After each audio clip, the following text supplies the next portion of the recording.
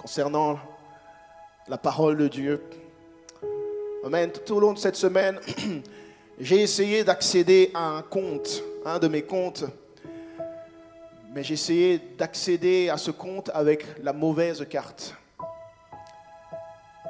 Sur la carte, il était mis le bon numéro de compte, mais c'était une ancienne carte. Elle n'était pas périmée, mais c'était une ancienne carte parce qu'on m'avait envoyé une nouvelle carte. Et je ne l'ai pas utilisée, et j'utilisais l'ancienne carte, et je n'arrivais pas. Et à force d'essayer, l'accès au compte a été bloqué.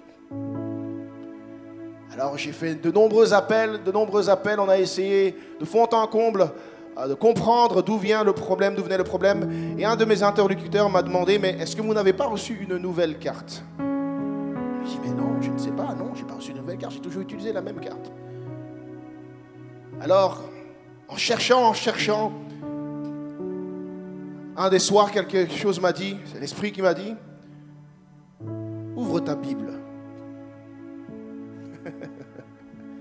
J'ai ouvert ma Bible à la première page et il se trouvait que la nouvelle carte qu'on m'avait envoyée se trouvait à la première page de ma Bible.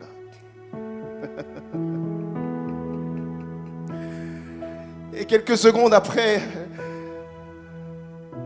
le Seigneur m'a parlé et m'a dit, tu vois comment tout ce dont vous avez besoin se trouve toujours dans ma parole. Et cette pensée m'a fait tellement de bien. Et il veut faire comprendre à quelqu'un ce matin qui va entendre la parole de Dieu que tu cherches et tu cherches. Et tu essayes et tu essayes et tu essayes. Avec tant de choses, avec tant de moyens, avec les vieilles choses, les mêmes choses que tu as toujours essayé. Et le Seigneur est en train de t'interpeller parce que ça ne marche pas et les choses se bloquent comme ce compte a été bloqué, l'accès au compte a été bloqué. Tu veux avoir ce qui t'appartient légitimement, comme je voulais procéder, récupérer ce qui m'appartenait légitimement sur ce compte, mais je ne pouvais pas parce que j'utilisais la mauvaise clé. Des fois on utilise les mauvaises clés. Tu utilises les mauvaises choses, les anciennes choses, les vieilles choses. Et le Seigneur t'interpelle ce matin pour te dire, ouvre ta Bible. J'ai une parole fraîche et nouvelle pour toi, dans ma parole. Alléluia, quelqu'un. Est-ce que vous voulez recevoir la parole fraîche de Dieu? La parole nouvelle de Dieu, celle qu'il a prévue pour vous aujourd'hui, le pain de ce jour. Alléluia. Amen. Alors ouvre ton cœur. Alors qu'on reçoit la parole de Dieu, donne-y toute ton attention et laisse le Saint-Esprit faire son œuvre. Et tu verras, l'accès sera débloqué au nom de Jésus-Christ. Que Dieu vous bénisse. Frère Jerry, viens nous bénir avec la parole de Dieu.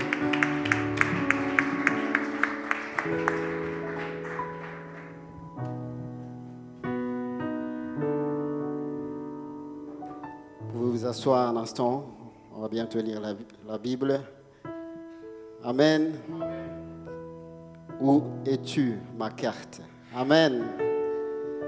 Ça me fait penser à une histoire aussi de l'acteur noir américain. J'ai oublié son nom. Je suis très très mauvais avec les noms. Amen. Il disait qu'un jour il avait besoin de l'argent. Et il tournait en rond et il avait demandé à sa mère que sa mère lui passe un peu d'argent. Et sa mère lui avait donné de l'argent. Mais sa mère, quand il lui a donné l'argent, sa mère ne lui a pas donné directement dans sa main, mais il l'a mis dans sa Bible. Et il téléphone à sa mère et sa mère lui dit, mais ouvre ta Bible. Alors que lui, il demandait de l'argent, sa mère lui répondait en disant, ouvre ta Bible, lis ta Bible. Après plusieurs mois, il téléphone encore sa mère, mais sa mère lui dit, mais ouvre ta Bible. Mais lui, têtu comme il est, il ne voulait pas ouvrir sa Bible. Amen. Il voulait l'argent en main. mais il s'est assis, il se posait la question, mais pourquoi est-ce qu'elle me demande d'ouvrir ma Bible comme moi j'ai besoin de l'argent cash en main et elle me dit d'ouvrir la Bible. Il n'y a pas d'argent dans la Bible. Il savait que sa mère avait déjà mis l'argent dans la Bible depuis longtemps. Et chaque fois qu'il demandait à sa maman l'argent, sa mère lui demandait d'ouvrir la Bible. L'église, c'est pas rien. Amen. C'est pas rien la Bible. Des fois, vous pouvez être étonné de multiples réponses qu'on peut trouver dans la Bible. Amen. Il y a des trésors dans la Bible. Amen. Et je vous encourage à ouvrir votre Bible parce que c'est là où se trouvent toutes les réponses que nous avons besoin. Amen. Amen. Béni soit le nom du Seigneur. Le titre de message, c'est « Rester dans la présence de Dieu ». Amen. Le pasteur vient de chercher sa carte et vient nous témoigner de cette histoire avec sa carte. Où est ma carte? J'aurais pu aussi titrer ma prédication « Où es-tu » Amen. Disons dans Genèse 3, on va dire de 6 à 12. Les échecs, les épreuves, amen, de la vie, des fois nous font croire que Dieu n'est pas là ou que Dieu est loin de nous. Amen. Qu'il est distant. Amen. Les soucis de la vie, des fois nous font croire que Dieu est loin, très très loin de nous. Amen. À cause de ce mensonge, amen, il peut nous arriver que nous soyons découragés dans la vie. Amen. Il peut nous arriver que nous soyons désobéissants à la parole de Dieu. Amen. Ces mensonges font que des fois nous nous éloignons, amen, de Dieu. Amen. Nous éloignons de sa présence. Amen. Nous ne pouvons pas vivre en dehors de sa présence. Amen. Dieu, sa présence nous couvre. Chaque fois qu'on se met à distance de sa présence, on se met en danger, Église. Il faut chaque fois rester dans la présence du Seigneur. Béni soit le nom du Seigneur. Amen. La vérité, c'est que Dieu nous cherche toujours. Amen. Chaque fois qu'on s'éloigne de lui, Dieu nous appelle « Où es-tu » Amen. Genèse 3, 6. La femme vit que... Vous pouvez vous lever, on va lire ensemble. Amen. La femme vit que l'arbre était bon à manger et agréable à la vue et qu'il était précieux pour ouvrir l'intelligence. Elle prit de son fruit, elle en mangea, elle en donna aussi à son mari qui était auprès d'elle et il en mangea. Les yeux de l'un et de l'autre s'ouvrirent, ils connurent qu'ils étaient nus. Et ayant conçu des feuilles de figuier, ils s'en firent des ceintures. Alors ils entendirent la voix de l'Éternel Dieu qui parcourait le jardin vers le soir, et l'homme et sa femme se cachèrent loin de la face de l'Éternel Dieu au milieu des arbres du jardin. Verset clé ici. Mais l'Éternel Dieu appela l'homme et lui dit, « Où es-tu » Mais l'Éternel Dieu appela l'homme et lui dit, « Où es-tu » Dieu avait un projet pour eux. Ils ont mis ce projet, amen, en péril. Mais c'est Dieu qui les appelle. L'Éternel Dieu appela l'homme et lui dit, « Où es-tu » Il répondit, « J'ai entendu ta voix dans le jardin et j'ai eu peur parce que je suis nu et je me suis caché. » Deuxième verset clé ici. Et l'Éternel Dieu dit, « Qui t'a appris que tu es nu? Est-ce que tu as mangé de l'arbre dont je t'avais défendu de manger ?»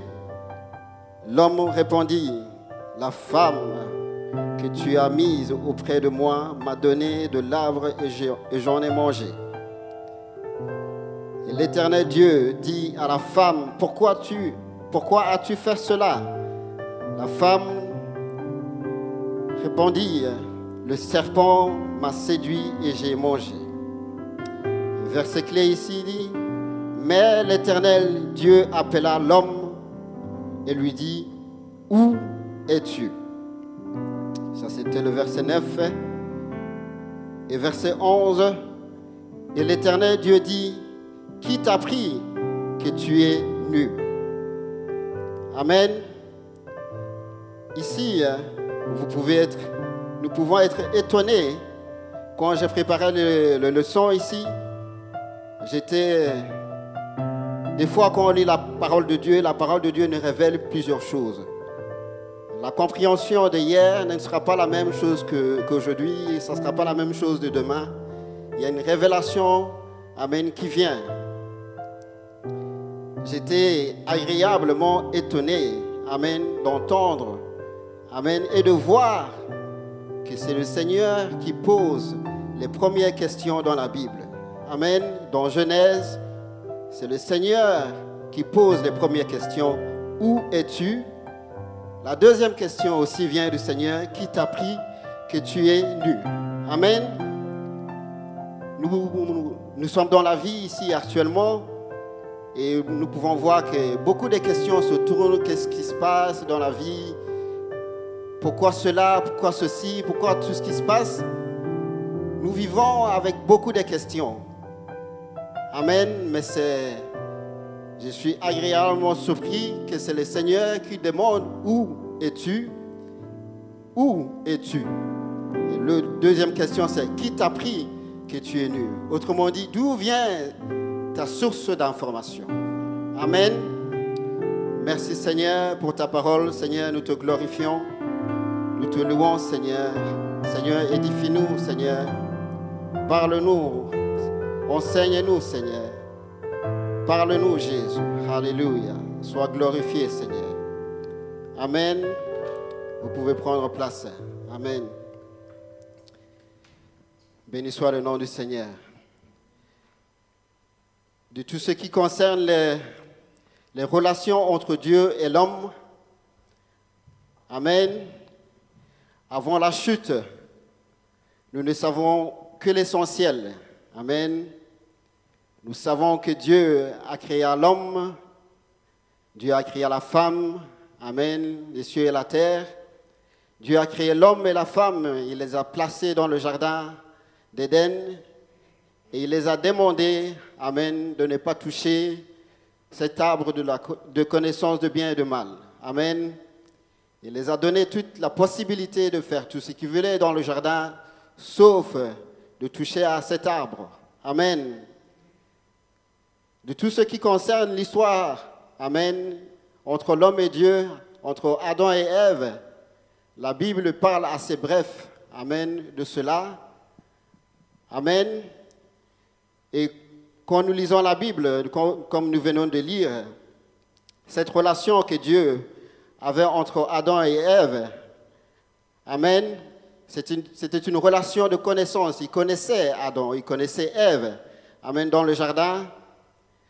Dieu, amen, après avoir mangé ce fruit, Dieu arrive et il leur pose la question, où es-tu? Dieu, ça fait depuis longtemps qu'Adam et Ève étaient dans le jardin. Dieu savait pertinemment où se trouvaient Adam et Ève. Mais Dieu pose cette question, où es-tu? Un peu plus loin, il pose une deuxième question, qui t'a appris que tu es nu?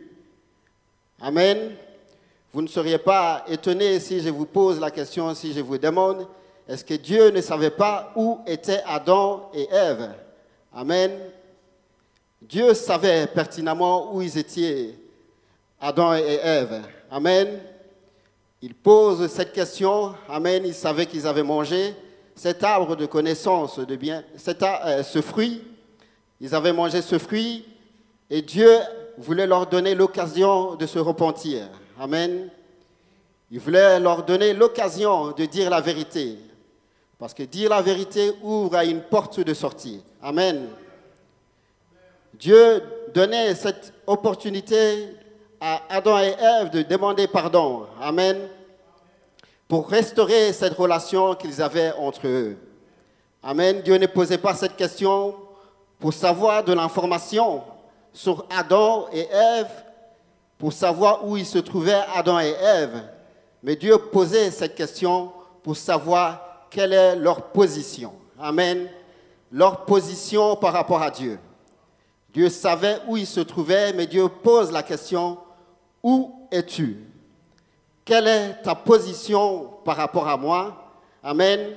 Quelle est ta position par rapport aux autres? Amen. Quelle est ta position par rapport à ta foi? Quelle est ta position par rapport à ce que tu donnes comme valeur? Amen. Quelle est ta position par rapport à la relation que tu as avec moi? Nous savons qu'Adam a accusé sa femme. Amen. C'est toujours la faute de la femme. Amen. Tant qu'on peut trouver une coupable, amen, pourquoi ne pas en profiter? Amen. Même si ce n'était pas sa faute, chacun a sa responsabilité. Dieu nous donne cette responsabilité, amen, de pouvoir faire ce qu'on veut, de choisir ce qu'on veut faire. Amen. Il pose la question à la femme, et la femme aussi trouve le coupable. Amen. C'est toujours l'excuse, c'est la faute du diable. Amen. Et cette excuse aussi, nous l'utilisons aussi souvent. Amen. C'est le diable, c'est le diable. Amen. Mais quelle est ta responsabilité dedans? Amen. Savons pertinemment, amen, ce que le Seigneur t'a dit. Nous trouvons toujours des excuses de mettre la faute sur quelqu'un d'autre. Amen. Nous trouvons toujours la responsabilité de mettre la faute sur le diable ou sur quelqu'un ou sur n'importe quoi. Amen. J'ai pris cet exemple de Adam et Ève pour vous montrer que des fois, on peut être sollicité, amen, par quelque chose, par des amis qui nous encouragent à peut-être faire des choses, à nous inviter à aller à n'importe où, ou je ne sais où. Amen. Et des fois, on trouve les excuses en disant « Ah oui, c'est mes amis qui m'ont invité, donc on peut se reconforter dans cette excuse en disant « C'est à cause de que j'ai fait cela ». Des fois, on se trouve dans une position où on peut dire « Ah oui, c'est à cause de cela, à cause du travail. » Alors, donc j'ai une excuse. Amen. On peut trouver des excuses. Amen. Comme j'ai dit chaque fois à mes collègues, vos excuses sont entendues, mais ce n'est pas pour autant, amen, qu'ils sont acceptées. Amen. On entend bien vos excuses. Quand mes collègues arrivent en retard, il y a toujours des excuses, des bouchons sur l'autoroute, amen, des accidents sur l'autoroute, mon enfant qui est malade, il y a toujours quelque chose. Amen. Les excuses sont entendues. Amen. Mais la réalité, ce n'est pas pour autant, amen, qu'ils sont acceptés. On entend toujours, amen, le Seigneur entend toujours les excuses qu'on en donne. Amen. Béni soit le nom du Seigneur. Donc c'est le Seigneur, après que Adam et Ève ont péché, c'est le Seigneur qui pose la question, où es-tu? Quel amour, amen. Après avoir péché, le Seigneur vient vers nous, amen, et nous demande, où es-tu? Amen. Il peut arriver, amen, que nous péchons dans la vie, amen, et le poids de cette culpabilité, amen, se pose sur nous et on est caché, on a honte, on n'a plus envie de se révéler. Amen. La Bible nous dit, un peu plus haut, dans Genèse 3, verset 7, il dit, les yeux de l'un et de l'autre s'ouvrirent, ils connurent qu'ils étaient nus, et ayant conçu des feuilles de figuier, ils s'en firent des ceintures. Ayant conçu des feuilles de figuier, amen. Ils ont conçu des feuilles de figuier, amen, pour se couvrir de leur honte, amen. Sachant que les feuilles, amen, vont faner à un moment donné, vont sécher à un moment donné, amen, ils vont disparaître à un moment donné. On ne peut pas être caché, amen, on peut pas être couvert par des feuilles, amen. Des fois, quand nous péchons, nous sommes couverts par la honte. Amen. La culpabilité. Amen. Et on se cache, on est couvert par des excuses, par plein de choses. Amen. Et on ne peut pas se cacher longtemps avec ça, Église. La seule personne qui peut nous couvrir de ce péché, la seule personne qui peut cacher notre honte, c'est le Seigneur. Quand nous péchons, Église, ne cherchons pas des feuilles de figuier pour nous couvrir, Église. Ça va faner. La seule chose que vous avez besoin, c'est la présence de Dieu. Amen. Ne vous éloignez pas de la présence de Dieu. Vous vous mettez en danger quand vous vous éloignez de la présence de Dieu. Adam et Ève se sont éloignés. Amen. Ils se sont mis en danger. Amen. Quand vous vous éloignez, vous vous mettez en danger. Amen. Ils étaient nus. La Bible nous dit qu'ils étaient nus. Quand nous péchons, amen, nous devenons nus. Amen. Quand le diable nous tire dessus, ça nous touche directement. Amen. Nous n'avons plus de protection. Amen. Nous n'avons plus de couverture autour de nous. Amen. Quand nous péchons, la seule chose que nous devons faire, c'est demander pardon au Seigneur. Amen. Et rester dans sa présence. Amen. Rester auprès du Seigneur. Où es-tu, Église? Le Seigneur pose cette question encore aujourd'hui. Dans votre marche avec le Seigneur vous pose la question, où es-tu, Église? Quelle est ta position par rapport au Seigneur? Quelle est ta relation par rapport au Seigneur? Dans votre marche, examinons-vous vous-même. Dans votre marche, où es-tu dans ta marche avec le Seigneur? Où es-tu? Une question très importante. Première question que le Seigneur pose, où es-tu? Béni soit le nom du Seigneur. L'autre deuxième question que le Seigneur pose, c'est qui t'a pris que tu étais nu? Amen. Dans Genèse 3:11, le Seigneur demande qui t'a pris que tu es nu. Avant cela, le Seigneur cherche ses enfants et lui demande où es-tu? Répond à la question le Seigneur, je suis là. Amen. Ils ont commencé à trouver des excuses. Le Seigneur veut d'abord savoir quelle est notre position par rapport à lui, quelle est notre relation par rapport à lui, quelle est la relation que nous avons par rapport à lui. Ensuite, la relation que nous avons par rapport à lui, le Seigneur pose une deuxième question et il vous demande qui t'a pris que tu es nu? Amen. Autrement dit, d'où viennent tes sources d'information? Qui est-ce que tu écoutes? Amen. Sous quelle autorité? Amen. De quelle parole que tu écoutes? Amen.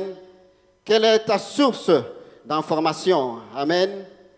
D'où viens-tu tes informations que tu reçois? Amen. J'étais agréablement étonné et content de savoir que c'est le Seigneur qui pose ces premières questions. La vie fait en sorte que des fois, nous avons plein de sortes. Pourquoi est-ce que ça ne marche pas avec moi? Pourquoi est-ce que les choses n'avancent pas avec moi? Pourquoi est-ce que les choses ne marchent pas comme je le veux? Amen. Le Seigneur pose la question, où es-tu? Quelle est ta position par rapport à moi? Quelles sont tes sources d'information? Amen. Quelles sont tes sources d'information? Qui est-ce que tu écoutes? Dans ta vie, qui est-ce que tu écoutes? Dans ta vie, d'où viennent tes informations? À qui est-ce que tu donnes ton attention, Église? Amen. Ces deux premières questions, nous pouvons peut-être imaginer, ce serait logique que ce soit l'homme qui pose la question, de demander quelque chose, comme nous le faisons, nous posons des questions tous les jours dans notre vie. Ça aurait été logique que ce soit l'homme qui pose la question, mais non, c'est le Seigneur qui pose la question et nous demande, où es-tu, Église? Quelle est ta source d'information? Amen. N'ayez pas honte. Amen. Ne te couvre pas des feuilles de figuier. Amen. Ça va faner à un moment donné. Tu ne seras pas couvert longtemps. La seule chose que tu as besoin, c'est la présence de Dieu. Amen. C'est la couverture de Dieu, Église. C'est la seule chose que tu as besoin. Amen. Béni soit le nom du Seigneur. Nous avons pris cet exemple d'Adam et Ève quand ils ont péché. Amen. Ils ont trouvé des excuses pour dire au Seigneur, Amen, c'est pas moi, c'est le diable. Amen. Ici, nous allons prendre deuxième exemple dans la Bible. Nous allons prendre dans Luc 15, versets 11 à 24. Cette parabole de fils prodigue. Amen. Comment est-ce qu'on réagit? Est-ce qu'on réagit comme Adam et Ève? Comment est-ce que vous réagissez quand vous voyez que les choses ne vont pas? Ou quand vous avez péché? Amen. Comment est-ce que vous réagissez? Amen. Béni soit le nom du Seigneur. Cette parabole est une histoire qui parle de nous, Église. Ça parle de nous et de Dieu, de nos relations avec lui.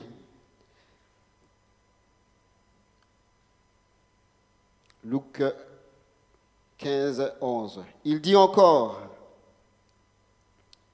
un homme avait 2 fils. Le plus jeune dit à son père, mon père, donne-moi la part de bien qui doit me revenir. Et le père leur partagea son bien. Dans l'histoire d'Adam et Ève, on voit que le diable est venu les tenter. Ici, dans cette parabole, on ne sait pas ce qui s'est passé, mais tout ce qu'on sait, amen, c'est que ce jeune homme demande prendre la décision de demander à son père de la part de ses biens. Ce n'était pas sous l'influence du diable, ou que ce soit sous l'influence du diable, mais la Bible nous dit c'est le jeune homme qui demande, alors que dans l'autre que nous avions vu, c'était sous l'influence, amen, du diable, amen, que Adam et Ève ont été tentés. Ici, c'est directement un homme avait 2 fils, et le plus jeune dit à son père, mon père, donne-moi la part de bien qui doit me revenir. Et le père leur partagea son bien. Donc, c'est le jeune homme qui demande directement. Des fois, ça nous arrive aussi dans la vie de prendre des décisions. Amen. Tout d'un coup, prendre des décisions. D'où vient cette décision? Des fois, nous n'avons pas toujours la coupable. Amen. Des fois, on peut mettre la coupable sur les amis, sur n'importe qui. Ici, c'est une décision. Amen. La Bible nous fait comprendre que c'est le jeune homme qui prend la décision de demander. Et des fois, nous prenons une décision de faire quelque chose et on se pose la question, pourquoi telle chose m'arrive? Peu de jours après, le plus jeune fils, ayant tout ramassé, partit pour un pays éloigné où il dissipa son bien en vivant dans la débauche. Amen. Donc ici, Dieu ne retient personne. Amen. Quand vous prenez la décision de faire ce que vous voulez, Dieu, des fois, vous laisse la possibilité de faire ce que vous voulez. Dieu a placé l'arbre de la connaissance de bien et de mal. Il ne les a pas obligés de ne pas toucher. Il les a dit, vous ne le touchez pas. Vous avez la possibilité de le toucher. Il aurait pu éloigner les choses loin d'eux, mais il les a laissé le choix de choisir s'ils veulent le toucher ou ne pas le toucher. Il laisse totalement la liberté à l'homme de vivre proche ou loin de lui. Ici, on voit que ce jeune homme vivant avec son père prend la décision de vivre loin de son père. Amen. Dans la débauche, et il est parti, il se retrouvait dans les besoins. Amen. La Bible dit, le plus jeune dit à son père, mon père, donne-moi la part de mon bien qui doit me revenir. Et le père lui a donné et il a partagé et le jeune homme est parti. Un peu plus loin, il dit, lorsqu'il y eut tout dépensé, une grande famine survint dans ce pays et il commença à se trouver dans les besoins. Il alla se mettre au service d'un des habitants du pays qui l'envoya dans ses champs garder les porceaux. Vivant avec son père, il avait tout ce qu'il voulait. Il s'éloignait de son père, il s'éloignait de la présence de son père Amen. Il s'est retrouvé avec les porceux, avec les porcs. Amen. Il aurait bien voulu se rassasier de courage qu'il mangeait les porceux, mais personne ne lui en donna. Amen. Donc ce jeune homme s'éloigne de son père. Amen. Il se retrouve dans les besoins. Il était tellement dans le besoin qu'il aurait même préféré même de manger avec les porcs. Amen. Ceci nous montre clairement qu'on ne peut pas s'éloigner, amen, de la présence de Dieu. On se met en danger quand on s'éloigne de la présence de Dieu. Amen. Le plaisir terrestre ne dure jamais, Église. Ce jeune homme pensait qu'avec les biens qu'il avait ramassés, il allait dans le monde faire la fête, faire n'importe quoi autour de lui. Mais il s'est rendu compte que le plaisir terrestre ne dure jamais. On est concentré dans ce plaisir dans la vie, amen, dans cette fête, amen, dans notre train de vie, amen, et on s'éloigne des fois inconsciemment ou consciemment de la présence du Seigneur. Des fois, les choses font que, voilà, les choses de la vie nous emportent et on part avec sans réfléchir aux conséquences de ce qui va nous arriver. Ce jeune homme pensait que le plaisir terrestre, il a reçu tous ses biens, qu'il allait faire la fête, amen, s'amuser avec ses amis. Mais il s'est retrouvé à manger presque comme les cochons. Amen. Quand vous vous éloignez du Dieu, amen, c'est ce qui vous arrivera, Église. Les plaisirs terrestres ne durent jamais. Étant rentré en lui-même, il se dit, combien de mercenaires chez mon père ont du pain en abondance et moi ici, je meurs de faim. Je me lèverai, j'irai vers mon père et je lui dirai, mon père, j'ai péché contre le ciel et contre toi. Je ne suis plus digne d'être appelé ton fils. Traite-moi comme l'un de tes mercenaires. Il se leva et alla vers son père, comme il était encore loin. Son père le vit et fut ému de compassion. Il courut et se jeta à son cou et le baisa. Amen. Le jeune homme a pris conscience que le plaisir terrestre n'était pas ce qu'il fallait. Il a pris la décision de revenir vers le Seigneur. Amen. Le Seigneur avait fait le pas d'appeler Adam et Ève. Au lieu de répondre « Oui, Seigneur, pardonnez-moi, Seigneur », au lieu d'ouvrir la porte et de dire la vérité, ils ont préféré de se cacher. Ici, on voit ce jeune homme. Il a pris conscience qu'il s'éloigne de la présence de son père et qu'il se met en danger. Il fait un demi-pas et il revient vers son père. Il veut demander pardon, il demande pardon. Et ce qui est agréable, ce qui est chouette à voir, c'est la réaction de son père. Le Seigneur, le Père, court vers son fils.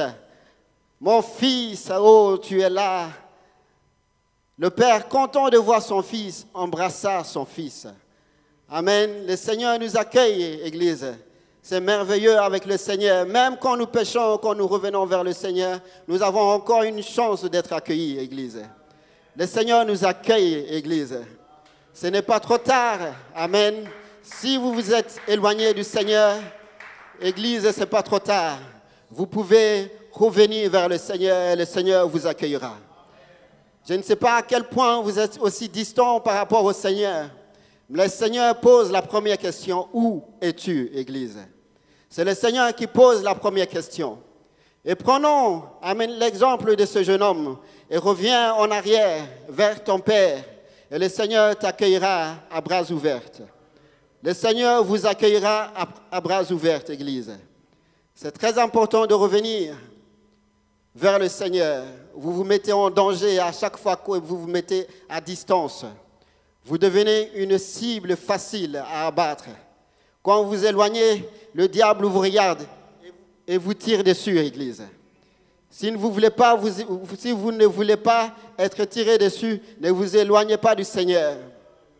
Béni soit le nom du Seigneur. vous vous mettez en danger. Amen, Église. Ce n'est pas pour rien. J'étais agréablement surpris que c'est le Seigneur qui pose cette question et nous demande « Où es-tu » Quelle est ta position par rapport à moi? On aurait pu imaginer que ce soit nous qui posons la question, que ce soit Adam et Ève, tellement qu'on nous sommes pris par nos besoins de tous les jours. Poser plein de questions au Seigneur, mais c'est le Seigneur qui pose la question.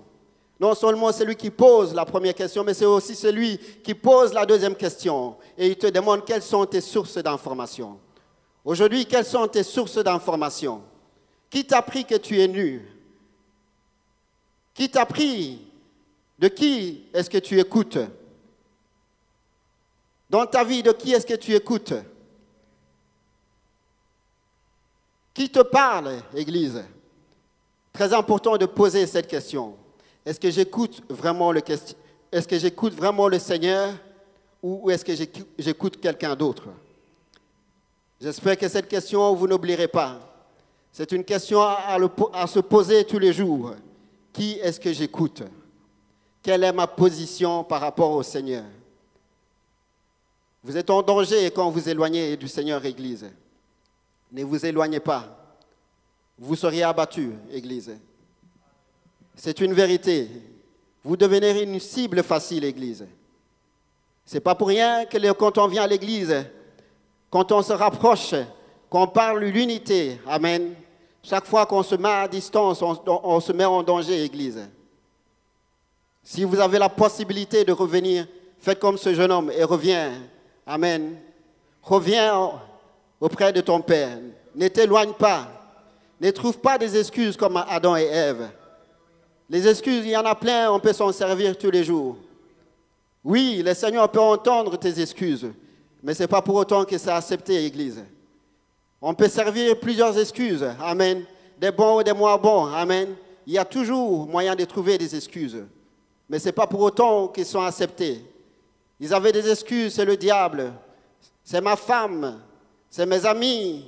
Amen. J'étais fatigué. Amen. Je n'ai pas eu la possibilité, je n'ai pas entendu. On peut trouver plein de sortes d'excuses. Amen. Vous vous mettez en danger, Église, quand on s'éloigne du Seigneur. Amen. La désobéissance. Amen. La semaine dernière, le pasteur a dit, l'obéissance vaut mieux que des sacrifices. Très important d'obéir à la parole du Seigneur, Église. Obéir, c'est très important. Béni soit le nom du Seigneur. Dans Luc 18, verset 8,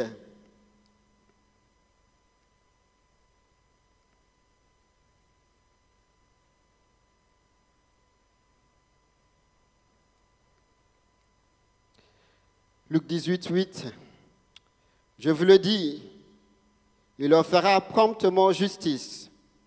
Mais quand le Fils de l'homme viendra, trouvera-t-il la foi sur terre? Question très importante aussi, Église. Quand le Fils de l'homme viendra sur terre, trouvera-t-il la foi chez moi? Trouvera-t-il, amen, que je suis encore dans la présence du Seigneur?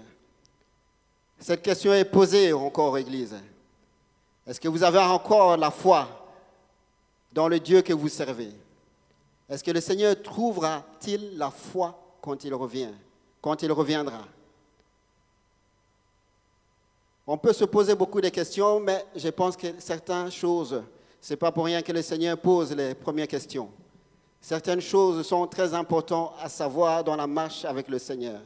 Il y a certains principes avec le Seigneur, quand tu les captes, tu marches comme si tu voles avec le Seigneur. Il y a certaines choses, Église, c'est très important de le savoir. Quand vous ne le saviez pas, vous tournerez en rond tout le temps. Depuis que j'ai appris à marcher avec le Seigneur, je me suis dit, je ne retournerai plus jamais dans le monde. Je savais à quel point je me mettais en danger si je me retourne dans le monde. J'ai fait en sorte que je marche toujours avec le Seigneur parce que j'ai connu le monde. Amen. Et je n'ai plus envie de retourner dans le monde, Église. Je sais à quel point j'étais en danger quand j'étais dans le monde et j'ai pris la décision de ne plus retourner. C'est très important de prendre certaines décisions quand on marche avec le Seigneur. Ça ne sera pas facile. Marcher avec le Seigneur n'est pas facile, mais c'est une décision que nous devons prendre. Comme ce jeune homme a pris la décision de revenir vers son Père. Ne trouvez pas des excuses parce qu'il y en aura plein. Adam et Ève, Adam a trouvé une excuse. Sa femme a trouvé une excuse. Tout le monde peut trouver des excuses. Faites comme ce jeune homme. Reviens vers toi et pose-toi la question. Est-ce que ce que j'ai maintenant, ce plaisir dans ce monde, ce plaisir terrestre, est-ce que c'est ça que je veux? Posons-nous cette question. Alléluia. Très important de se poser les questions. Aujourd'hui, nous allons prier ensemble et nous allons nous poser la question, où suis-je avec le Seigneur? Qui t'a appris que tu es nu? Quelles sont tes sources d'informations? Ce sont ces deux premières questions. Si vous regardez un peu plus loin, le Seigneur pose encore une troisième question. Nous aurons l'occasion encore d'en parler de cette troisième question. Mais les deux premières questions aujourd'hui, nous allons rester sur ces deux premières questions. Où es-tu? Quelle est ta position avec le Seigneur? Qui t'a appris que tu es nu? Quelles sont tes sources d'information? Qui est-ce que tu écoutes?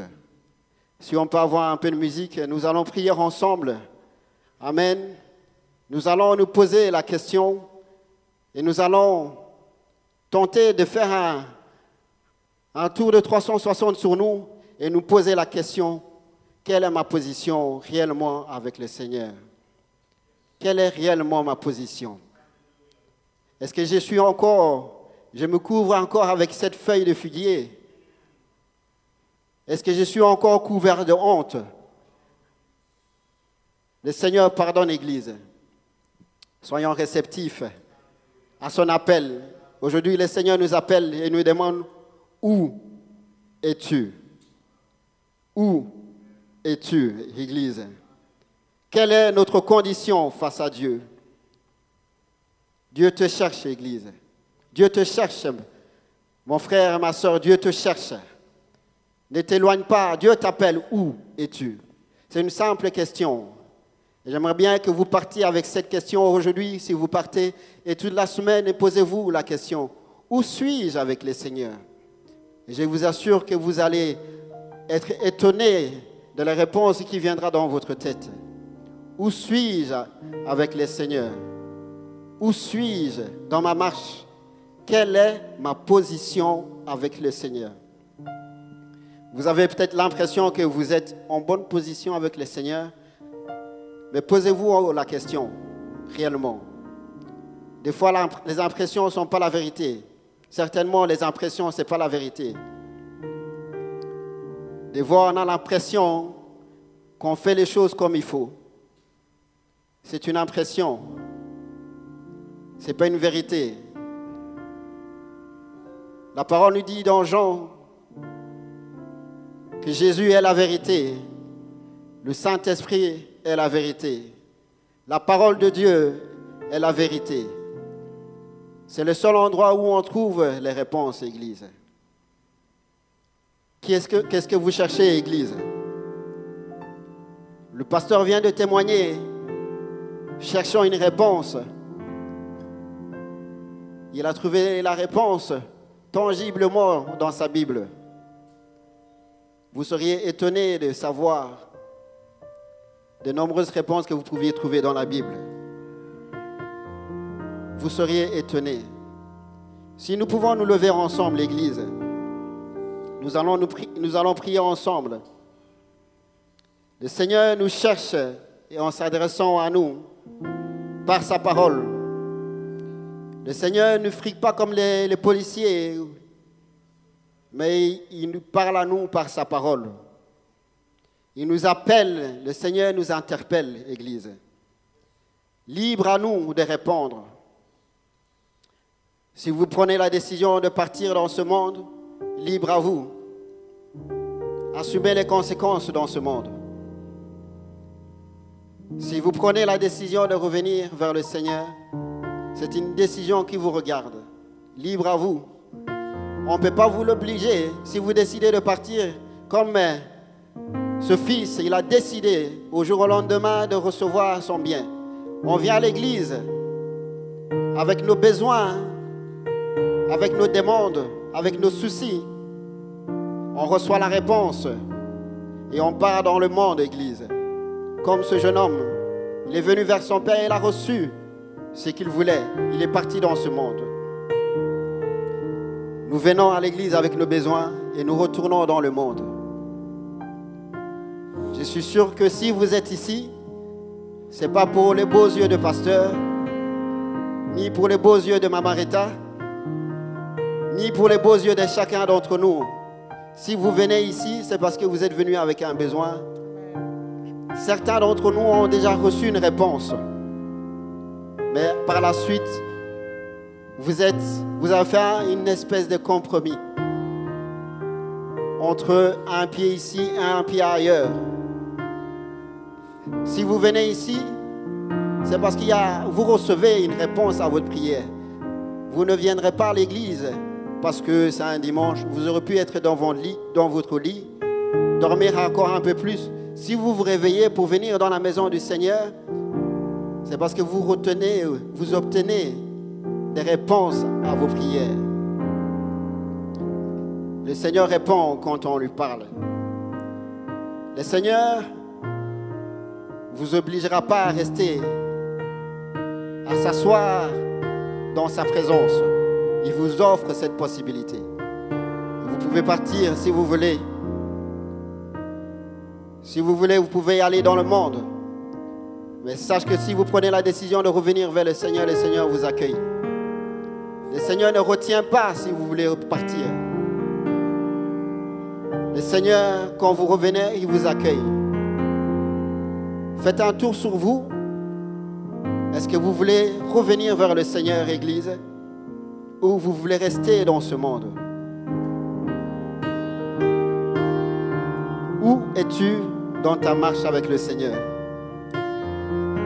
Est-ce que tu écoutes vraiment ce que le Seigneur a dit? Est-ce que tu continues à manger ce fruit que le Seigneur t'a défendu de ne pas manger? Ce plaisir terrestre.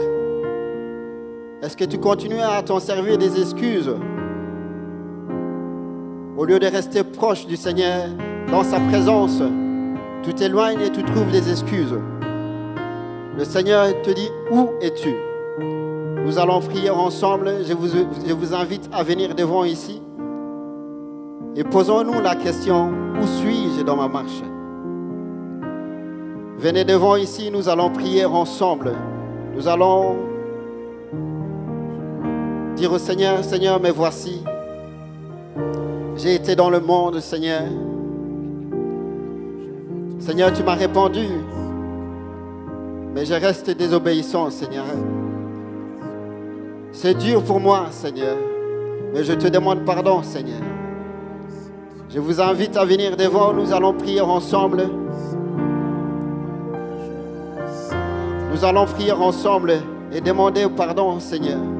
Seigneur, pardonnez-moi parce que je ne t'écoute pas, Seigneur. Pardonnez-moi parce que je ne t'obéis pas. Pardonnez-moi parce que je trouve des excuses. Levons nous voir ensemble et prions. Le Seigneur te pose la question. Où es-tu? Où es-tu? Je reviens au cœur. Alléluia. Alléluia. Gloire à ton nom, Seigneur. Je veux tout centrer. Gloire à ton nom, Jésus. Gloire à ton nom, Seigneur. Sur toi. Libre à toi de revenir vers le Seigneur. Oui, je renonce à tout. Si tu traverses une mauvaise passe, il peut te sortir de là. Je veux tout centrer sur